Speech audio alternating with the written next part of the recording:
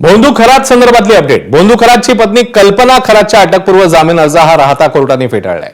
त्यामुळे कल्पना खरातला मोठा धक्का बसलाय। याआधी झालेल्या सुनावणीत कल्पना खरातच्या खात्याचा तपशील पोलिसांनी कोर्टात सादर केला। कल्पना खरातच्या खात्यावरून 7 कोटींचा व्यवहार झाल्याचं पोलिसांनी उघड केलंय। कल्पना खरात कुठेही नोकरीला नसताना, कुठेही व्यवसाय नसताना व्यवहार झालाच कसा, असा सवाल तपास अधिकाऱ्यांच्या वकिलांनी केला। तर मुखत्यार पत्रामध्ये 2% व्याजदर 3 महिन्याला देण्यात यावा आणि कल्पना खरातने ठरवल्याचं सरकारी वकिलांनी सांगितलंय। कल्पना खरात हिच्या खात्यातनं फिर्यादीला पैसे गेल्याचे कोर्टामध्ये सांगण्यात आलं। कल्पना खरातच्या खात्यातनं पैसे गेल्याचं तिच्या वकिलांनी मान्य केलंय। शिवाय कल्पनाच्या खात्यावरून सर्व व्यवहार पती अशोक खरात पाहत होता आणि कल्पना खरातच्या उपस्थितीत जमिनीचा व्यवहार झालेला नाहीये। त्यामुळे आरोपी करू नये अशी विनंती तिच्या वकिलांनी कोर्टामध्ये केली।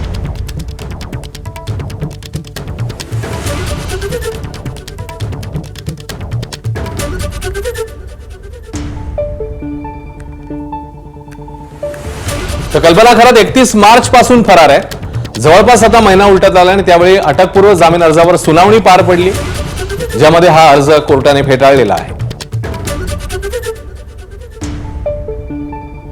नितीन ओझा आपल्याला अधिकचे अपडेट देतील। नितीन, कोर्टाने नेमकं काय काय म्हटलं?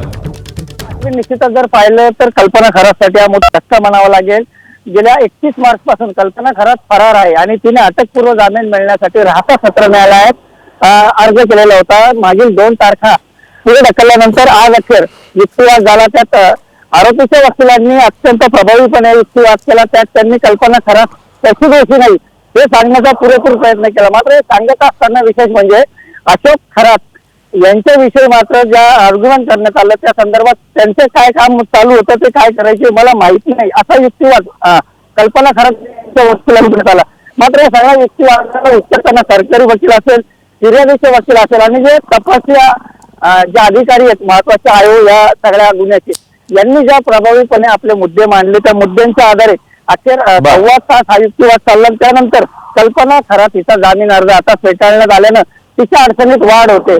अश्विन, नितीन, धन्यवाद या सगळ्या सविस्तर माहितीबद्दल।